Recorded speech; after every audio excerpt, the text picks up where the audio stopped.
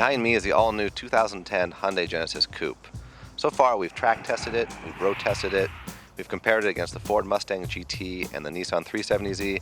We've even gone drifting with drift champion Reese Millen. Prior to today, we'd only driven the 3.8-liter V6 Hyundai Genesis Coupe. Today, however, we have the 2-liter turbo 4-cylinder.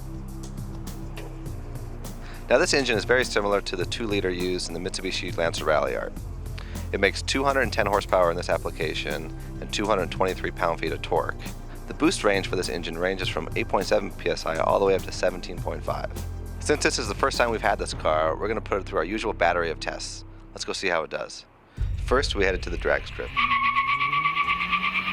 where the 2.0T accelerated from 0 to 60 in 6.8 seconds and through the quarter mile in 15.2 seconds at 90.3 miles per hour. Next up, we tested the 2.0T's Brembo brakes, which halted the coupe from 60 miles per hour in just 113 feet.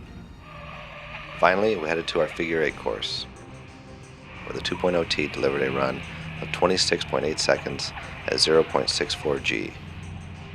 Further, on the skid pad, it held on for 0.91 G. Alright, so we just finished testing the all-new Hyundai Genesis Coupe 2-liter turbo. Compared to the V6 model, it's quite a bit slower. That's because it makes almost 100 horsepower less. But there are advantages to the 4-cylinder.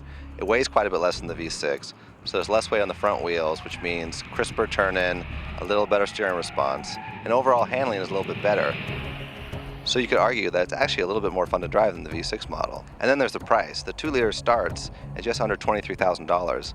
And this track version, which comes with Brembo brakes, a limited slip, and 19-inch wheels, stickers for just over $27,000, almost $3,000 less than the V6 version. More important, Hyundai's going to offer an R-Spec version of this car, which is decontented track, which means no sunroof, no high-end audio, so it's a little bit lighter and geared towards autocrossers and tuners. Speaking of tuners, they're going to love this car because they'll be able to make a few mods to the engine and crank out 300, 400 horsepower easy.